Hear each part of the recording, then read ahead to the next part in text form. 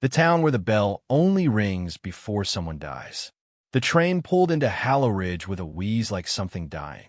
Fog rolled along the tracks, as if the land itself were sighing, reluctant to wake up. I stepped onto the platform with a suitcase and a hollowed-out chest. After Dad's death, Mom had insisted we move somewhere quiet, somewhere peaceful. A town with no noise, no chaos, no trauma.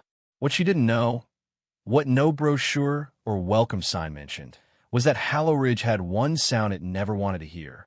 A single bell in a tower no one dared to enter. And when it rings, someone dies before sunrise. Hallow Ridge didn't look like a cursed place. Neatly trimmed hedges, cobblestone sidewalks, an old-timey bakery that smelled like cinnamon and history. People nodded politely, smiled like they'd rehearsed for it. But something about the way they looked over their shoulders at the church tower in the center of town fell off. The tower was tall, blackened with moss and soot.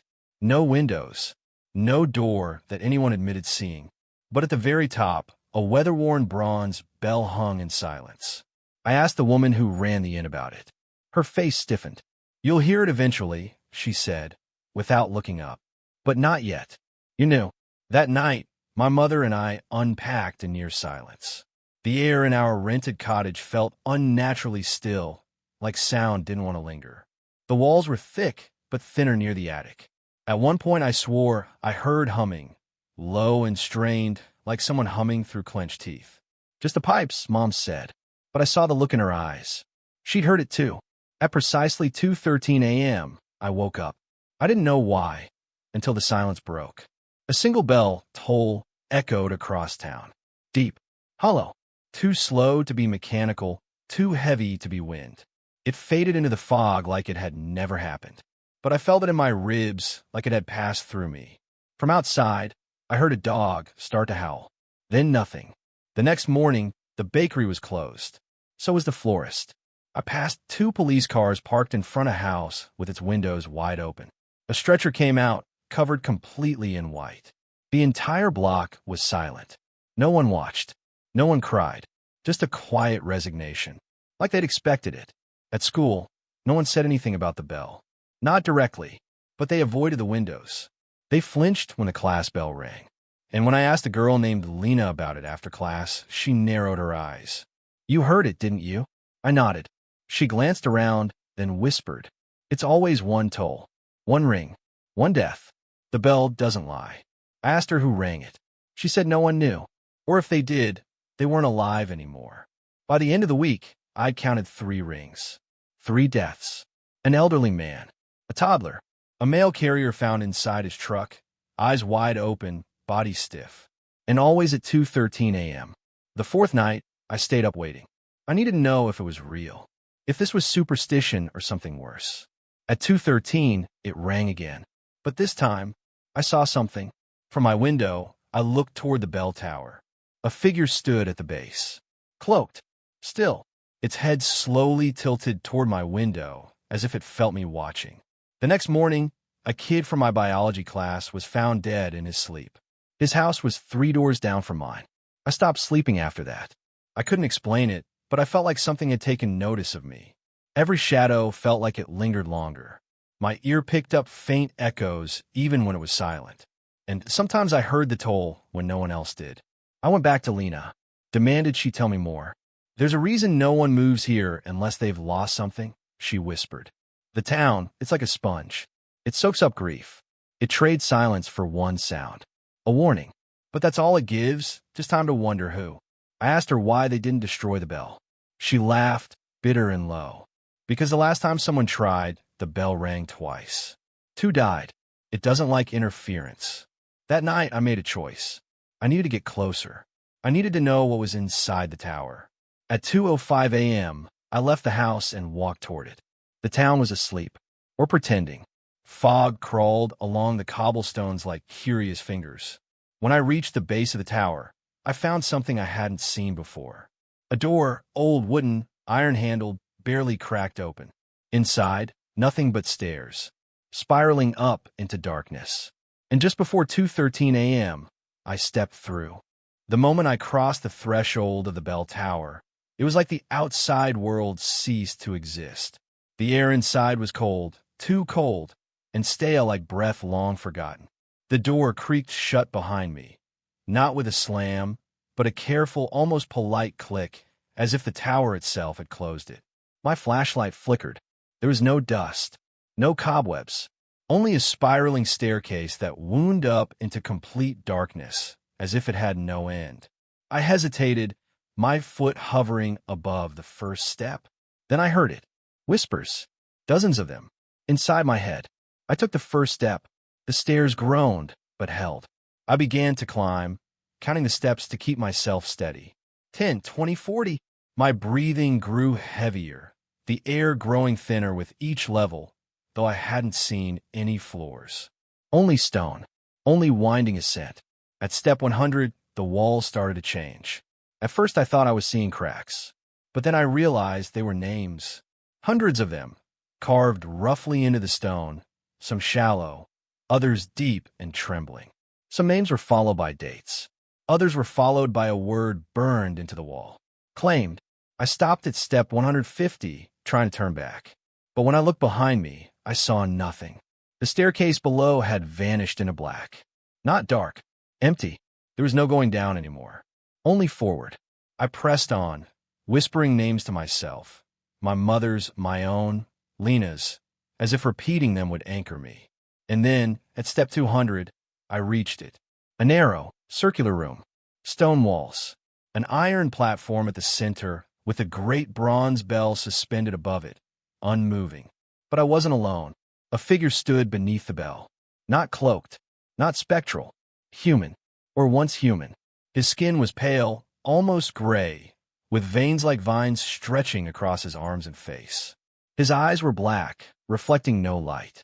He stood barefoot, lips moving without sound, as though reciting something older than language. And then, he turned to me, spoke in a voice like dry leaves. You weren't summoned. I tried to speak, but nothing came out. My mouth moved, but sound died in my throat. He stepped forward. They only come when they've been marked. You've come by choice. That's rare.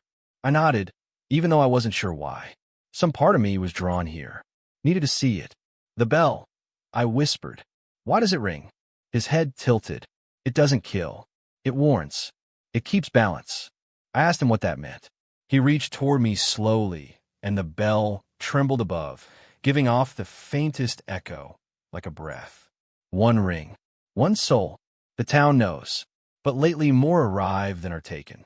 The town is overflowing. He looked me in the eye. That's why you hear the whispers. You're not just hearing the bell.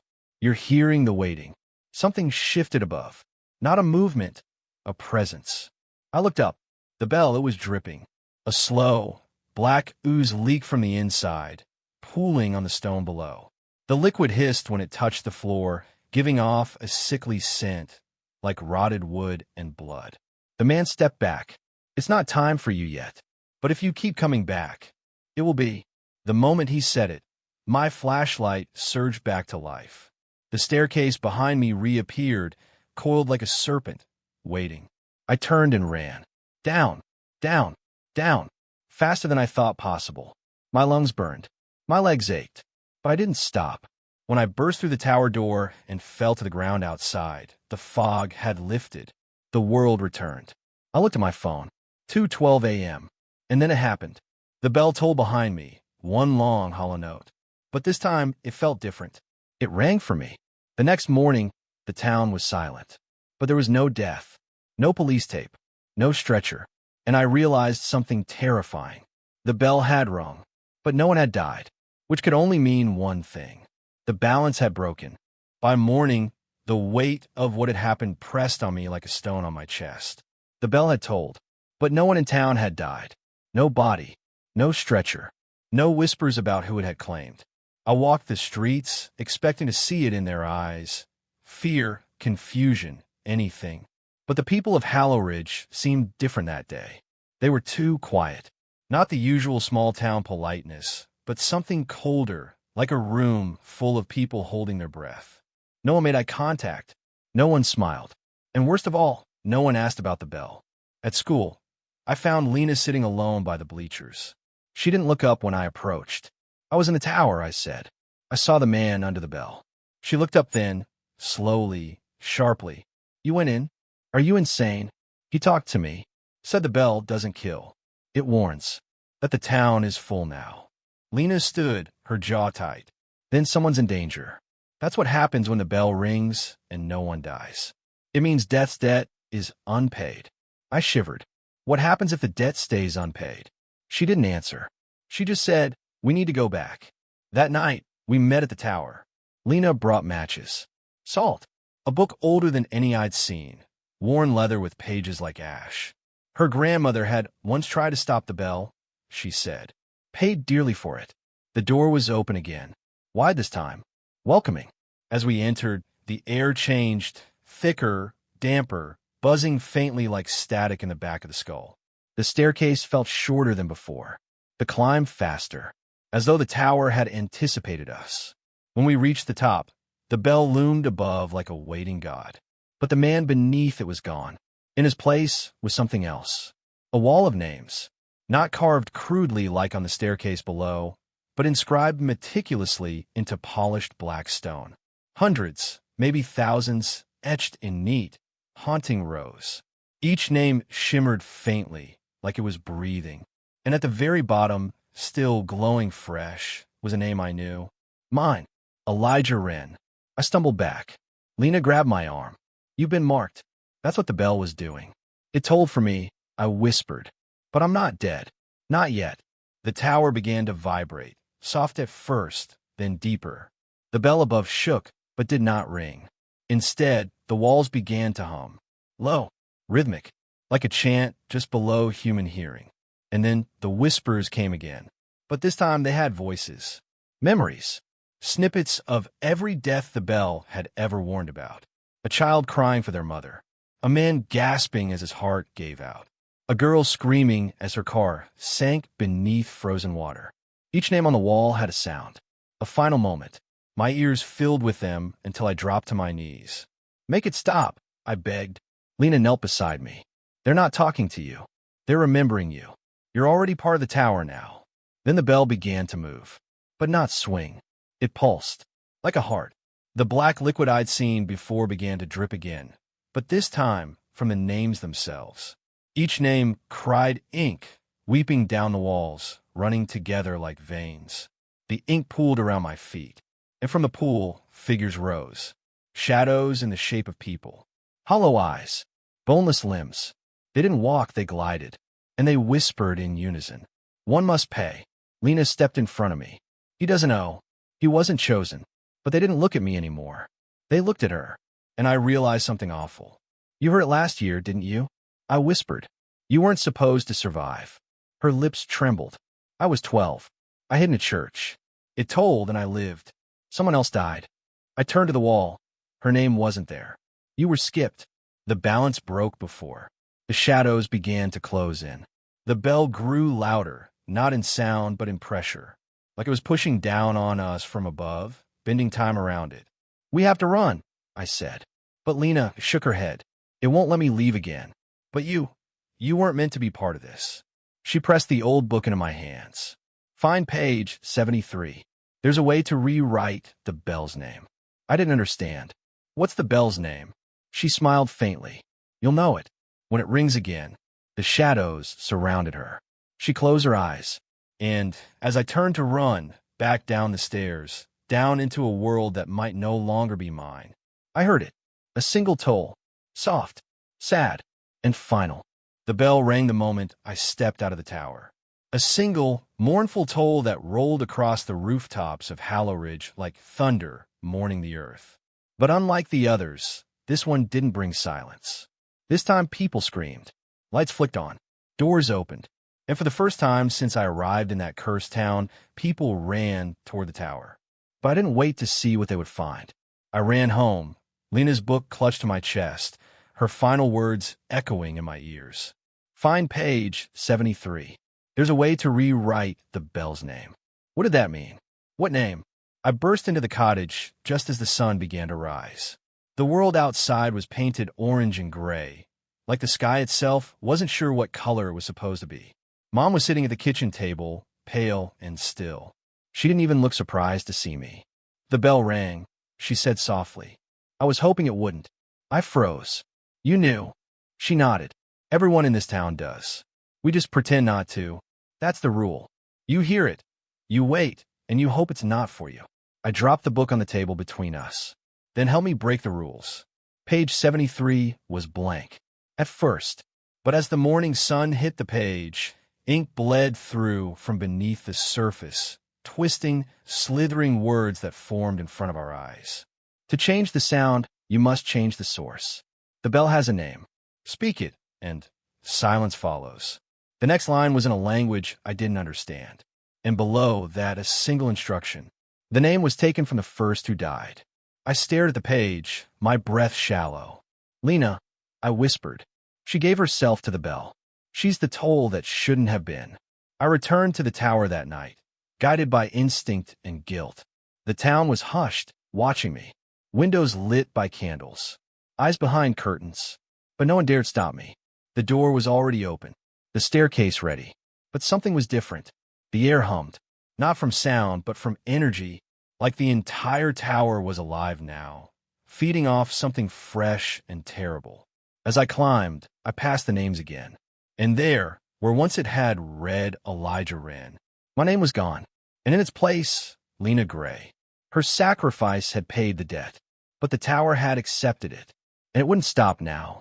When I reached the top, the bell was spinning slowly, not swinging, like a coin caught in an eternal flip. Below it, the shadows gathered, whispering more loudly than ever. "The name?" I shouted. "Tell me the bell's name." But the shadows didn't answer. They parted, and from the dark, a child stepped forward. Barefoot, hollow-eyed, no older than 6. "You're not supposed to know," he whispered. "But she gave her voice to you." He placed a hand on my chest. And suddenly, I heard Lena's voice inside my mind.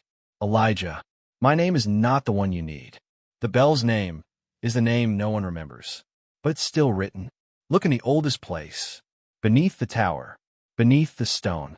I descended for what felt like hours. Past the entrance. Past the stone steps. Into the earth. There was a trapdoor below the staircase, one I hadn't noticed before. It opened easily. Too easily. Inside was a chamber of dirt and bones. Crumbled coffins. Nameplates turned to rust. This wasn't a crypt. It was a refusal of memory. At the very back of the chamber, carved into a slab of stone, was one name. One only. Adeline Breyer. Year of death, 1823. And under it, scratched violently into the stone, a single word. "The first." I said aloud. Once. Softly. "Adeline Breyer." The earth quaked. The chamber groaned. The whisper screamed. And somewhere above me, the bell gave off a single, high-pitched tone. Not a toll. A shriek. The sound of something breaking. I crawled back up through the trapdoor, into the tower, where the bell now hung motionless. The figures were gone. The walls were silent. Only Lena's name remained, shining faintly, peacefully. And then the bell shattered. Cracks split its surface like veins. It didn't fall. It simply turned to dust, quietly, gracefully. And with it, the tower exhaled. The pressure lifted. I returned home before dawn. My mother was waiting. She smiled, not with relief, but with recognition. "You ended it," she said. "Didn't you?" I nodded. "But it cost too much." She touched my face gently. "Nothing good ever comes without loss, Elijah. But now, maybe we can remember in peace." The next morning, the town was louder. Children played in yards. Church bells rang at noon. Not to mourn, but to celebrate. And from that day forward, the bell never tolled again. But in the quiet moments, when the wind passes just right over the hills of Hallow Ridge, I still hear Lena's whisper. One must always listen, or the silence will return. It's been 3 months since the bell shattered. 3 months since Lena gave herself to it. Since I said the name Adeline Breyer aloud and cracked the curse. The silence in Hallow Ridge was broken that day, but not in the way anyone expected. Because now, instead of a bell tolling before someone dies, no one dies at all. It began slowly in ways no one questioned. The town's oldest resident, Elliot Crane, 98 years old and barely conscious for the last 2 years, suddenly sat up in bed and asked for pie. Then the baker, who'd once collapsed from a heart attack in the alley behind her shop, walked into town 2 days later without a single scar. Then it was the baby who drowned in a rain barrel, miraculously alive again, coughing up water but breathing. At first, we celebrated. We thought the curse was broken, but the truth was far stranger and far worse. Death had stopped visiting Hallow Ridge. No funerals, no illnesses progressing past discomfort, no accidents resulting in anything but bruises. The town's gravekeeper quit. The hospital discharged everyone. Doctors looked confused and terrified all at once. It's as if something's been unplugged, one of them said. Something fundamental had been undone. And I had done it. I started to have dreams. Not of Lena, but of Adeline Breyer. She stood in the tower as it was being built, holding her own death in her hands, a small silver bell. I saw her sacrifice, offering her own life to bind the bell, to strike balance, to give the town fair warning. That was the original purpose. The bell wasn't just a curse. It was a contract.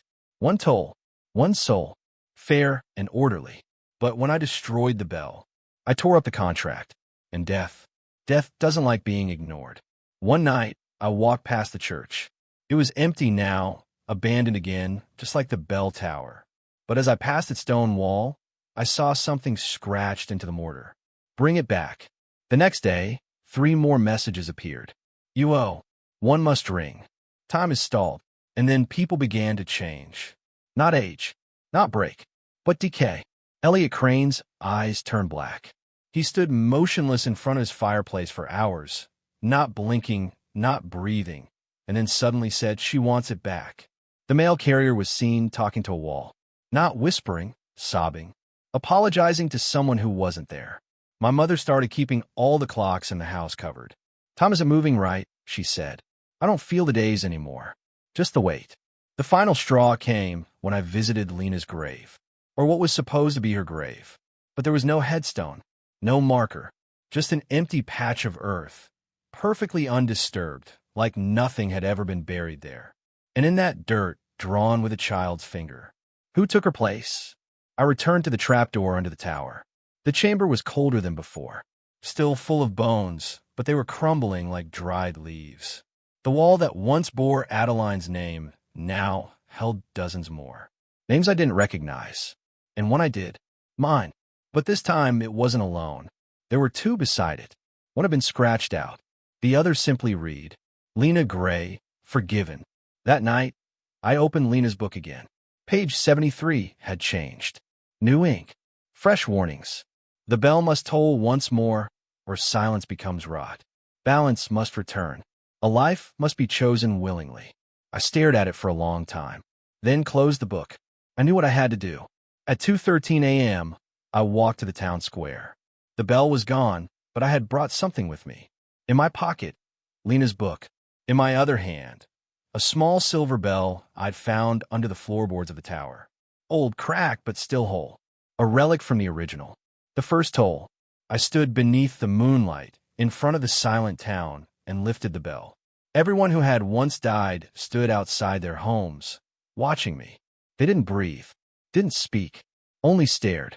I was never supposed to be part of this, I said aloud. But I am now, and someone must toll the silence, or no one will ever leave again. I rang the bell once. The sound wasn't loud. It was soft, gentle, like saying goodbye. The world shifted. The wind picked up. I heard footsteps from behind, boots on cobblestone, and then her voice. Thank you, Lena. I turned. She smiled. You gave it meaning again. I felt a weight leave my chest. My body lightened, and the town around me began to breathe. Clocks chimed. Dogs barked. The world exhaled.